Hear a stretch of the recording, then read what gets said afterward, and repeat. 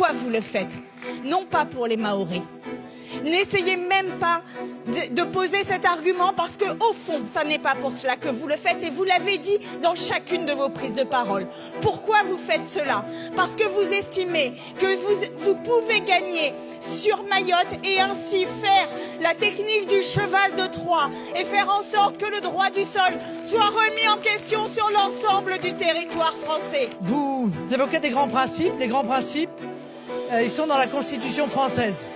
Ce qui n'est pas dans la Constitution française, par définition, ne relève pas d'un grand principe.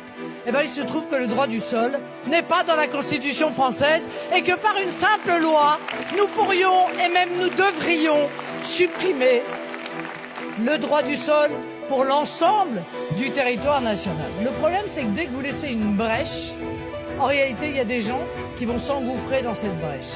Estelle Youssouffa a eu parfaitement raison. Dès le lendemain de Chido, dès le lendemain, il y avait des kwassa qui arrivaient. Ça veut dire que ça n'était pas la nourriture, l'eau ou le confort matériel qu'ils venaient chercher, c'est évidemment l'espérance d'avoir un jour la nationalité française. Il faut, je le crois, faire cesser cet appel d'air de l'immigration clandestine.